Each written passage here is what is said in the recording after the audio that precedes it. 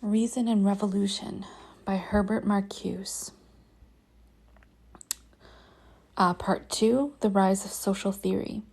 Chapter 1.7, The Foundations of the Dialectical Theory of Society, the Marxian Dialectic. We may not attempt to summarize the qualities that distinguish the Marxian from the Hegelian dialectic. We have emphasized that Marx's dialectical conception of reality was originally motivated by the same datum as Hegel's, namely by the negative character of reality.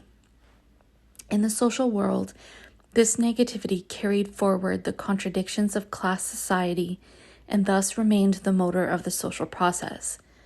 Every single fact and condition was drawn into this process so that its significance could be grasped only when seen in this totality to which it belonged.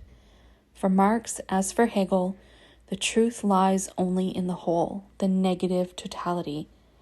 However, the social world becomes a negative totality only in the process of an abstraction, which is imposed upon the dialectical method by the structure of its subject matter, capitalist society.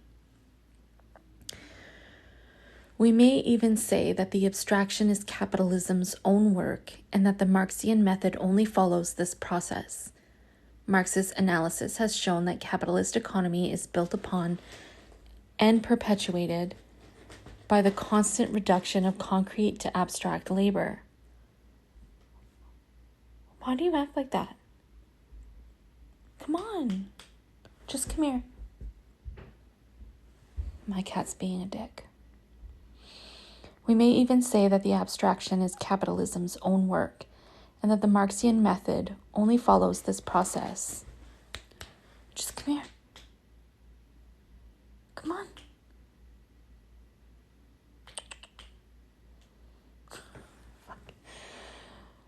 Marx's analysis has shown that capitalist economy is built upon and perpetuated by the constant reduction of concrete to abstract labor. This economy, step by step, retreats from the concrete of human activity and needs and achieves the integration of individual activities and needs only through a complex of abstract relations in which individual work counts merely insofar as it represents socially necessary labor time. I lost my spot. And in which the relations among men appear as relations of things, commodities. The commodity world is a falsified and mystified world, and its critical analysis must first follow the abstractions which make up this world, and must then take its departure from these abstract relations in order to arrive at their real content. The second step is thus the abstraction from the abstraction, or the abandonment of a false concreteness, so that the true concreteness might be restored. Accordingly, the Marxian theory elaborates first the abstract relations that determine the commodity world, such as commodity, exchange, value, money, wages, and returns from them to the fully developed content of capitalism, the structural tendencies of the capitalist world that lead to its destruction. We have said that for Marx, as well as for Hegel, the truth lies only in the negative totality. However, the totality in which the Marxian theory moves is other than that of Hegel's philosophy, and this difference indicates the decisive difference between Hegel's and Marx's dialectics. For Hegel, the totality was the totality of reason, a closed ontological system, finally identical with the rational system of history. Hegel's dialectical process was thus a universal ontological one, in which history was patterned on the metaphysical process of being. Marx, on the other hand, detached dialectic from this ontological base. In his work, the negativity of reality becomes a historical condition, which cannot be hypostasized as a metaphysical state of affairs.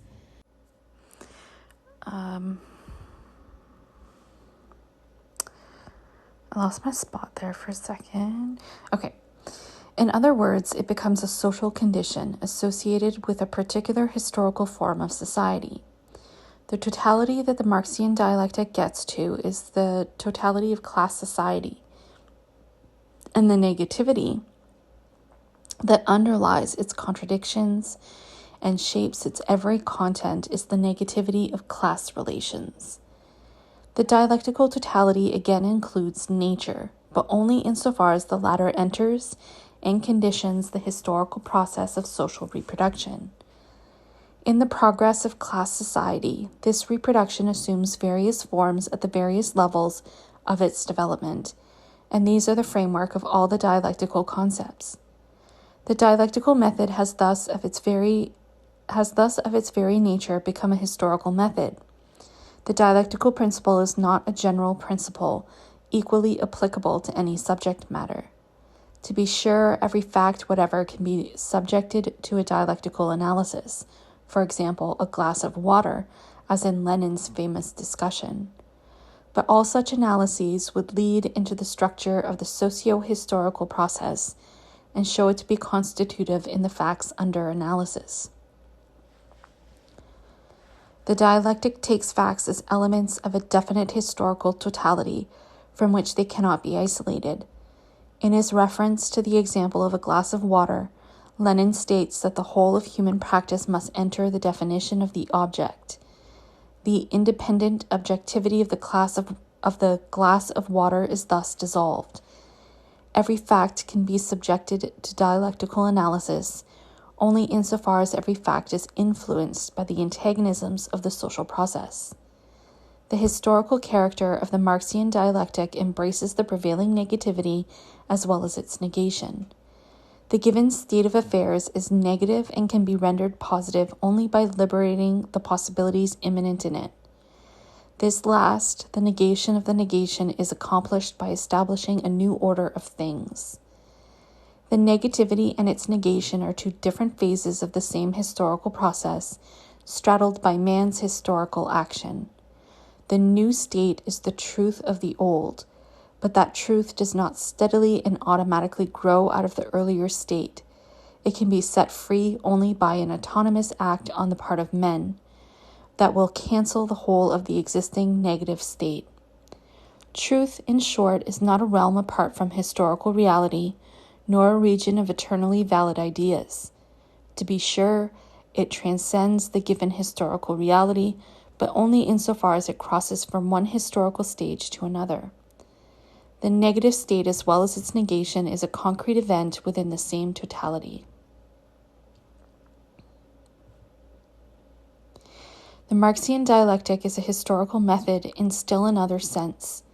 It deals with a particular stage of the historical process.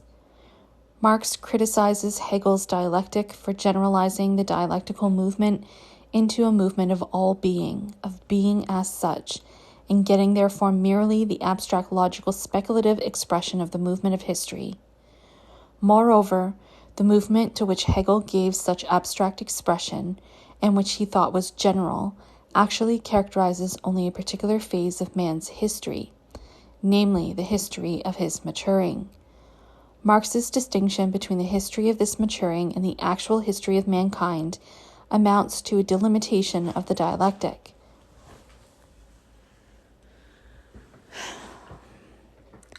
The it's a really long German word, and I can't even try to pronounce it, I'm sorry. Of mankind, which Marx calls his prehistory, is the history of class society. Man's actual history will begin when this society has been abolished. The Hegelian dialectic gives the abstract logical form of the prehistorical development, the Marxian dialectic its real concrete movement. Marxist dialectic, therefore, is still bound up with the prehistorical phase.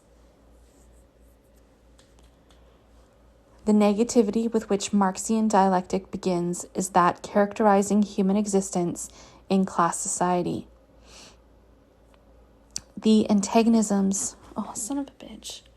Stop. The antagonisms that intensify this negativity and eventually abolish it are the antagonisms of class society. It is of the very essence of the Marxian dialectic to imply that, with the transition from the prehistory represented by class society to the history of classless society, the entire structure of historical movement will change. Once mankind has become the conscious subject of its development, its history can no longer be outlined in forms that apply to the prehistorical phase.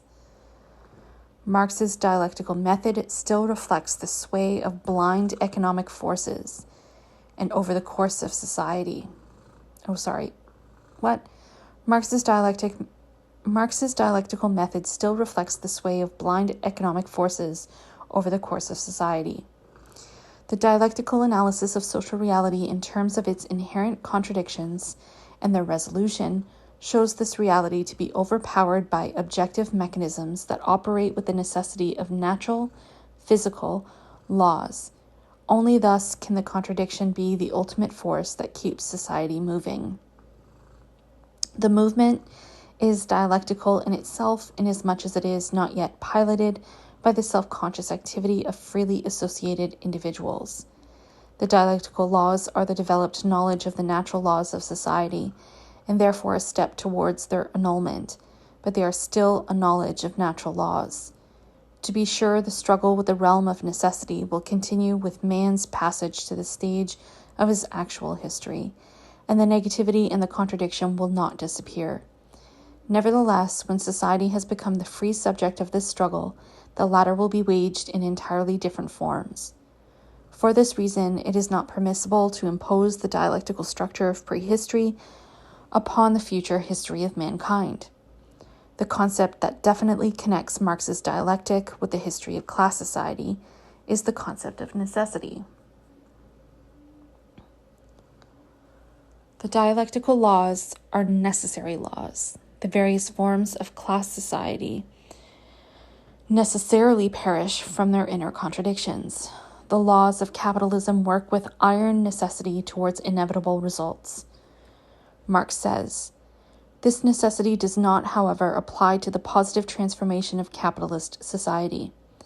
It is true, Marx assumed that the same mechanisms that bring about the concentration and centralization of capital also produce the socialization of labor.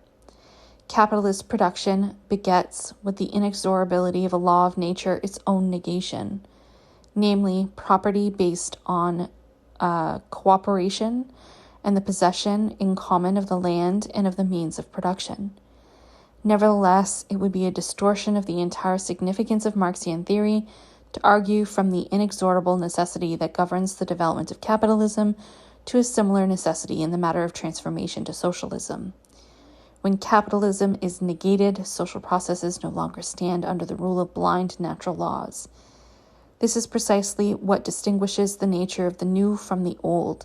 The transition from capitalism's inevitable death to socialism is necessary, but only in the sense that the full development of the individual is necessary. The new social union of individuals, again, is necessary, but only in the sense that it is necessary to use available productive forces for the general satisfaction of all individuals. It is the realization of freedom and happiness that necessitates the establishment of an order wherein associated individuals will determine the organization of their life. We have already emphasized that the qualities of the future society are reflected in the current forces that are driving toward its realization. There can be no blind necessity in tendencies that terminate in a free and self-conscious society. The negation of capitalism begins within capitalism itself. But even in the phases that precede revolution, there is active, the rational spontaneity that will animate the post-revolutionary phases. The revolution depends indeed upon a totality of objective conditions. It requires a certain attained level of material and intellectual culture, a self-conscious and organized working class on an international scale, acute class struggle. These become revolutionary conditions, however, only if seized upon and directed by a conscious activity that has in mind the socialist goal. Not the slightest natural necessity or automatic inevitability guarantees the transition from capitalism to socialism. Capitalism has itself extended the scope and power of rational practices to a considerable degree. The natural laws that make capitalism work have been counteracted by tendencies of another kind, which have retarded the effect of the necessary processes, and thereby protracted the life of the capitalist order. Capitalism has been subjected in certain areas to large-scale political and administrative regulations. Planning, for example, is not an exclusive feature of socialist society. The natural necessity of the social laws Marx expounded implied the possibility of such planning under capitalism when they referred to an interplay of order and chance, of conscious action and blind mechanisms. The possibility of rational planning under capitalism does not, of course, impair the validity of the fundamental laws that Marx discovered in this system. The system is destined to perish by virtue of these laws. But the process might involve a long period of barbarism. The latter can be prevented only by free action. The revolution requires the maturity of many forces, but the greatest among them is the subjective force, namely the revolutionary class itself. The realization of freedom and reason requires the free rationality of those who achieve it. Marxian theory is, then, incompatible with fatalistic determinism. True historical materialism involves the determinist principle that consciousness is conditioned by social existence.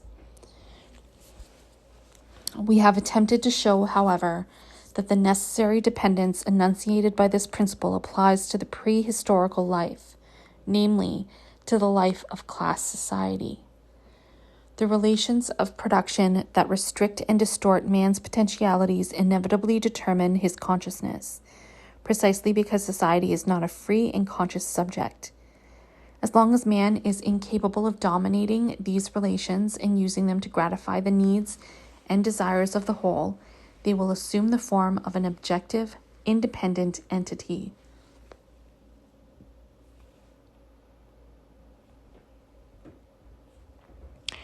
Consciousness caught in and overpowered by these relations necessarily becomes ideological.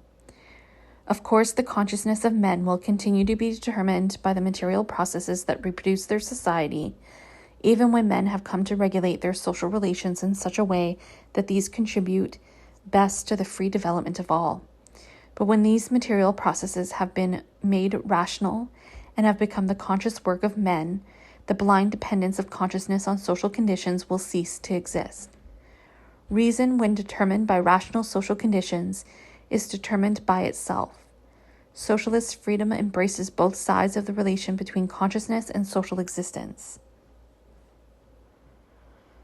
The principle of historical materialism leads to its self-negation.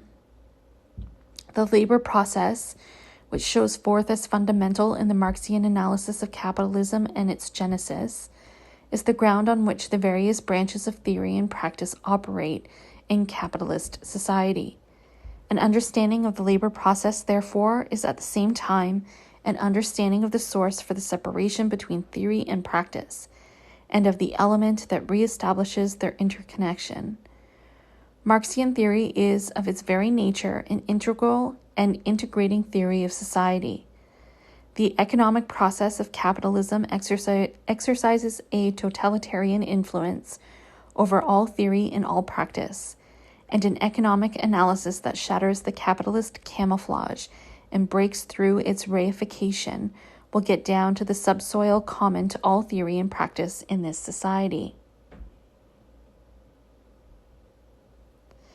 Marxian economics leaves no room for an independent philosophy.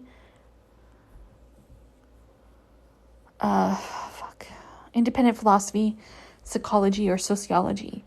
Morality, religion, metaphysics, all the rest of ideology and their corresponding forms of consciousness thus no longer retain the semblance of independence.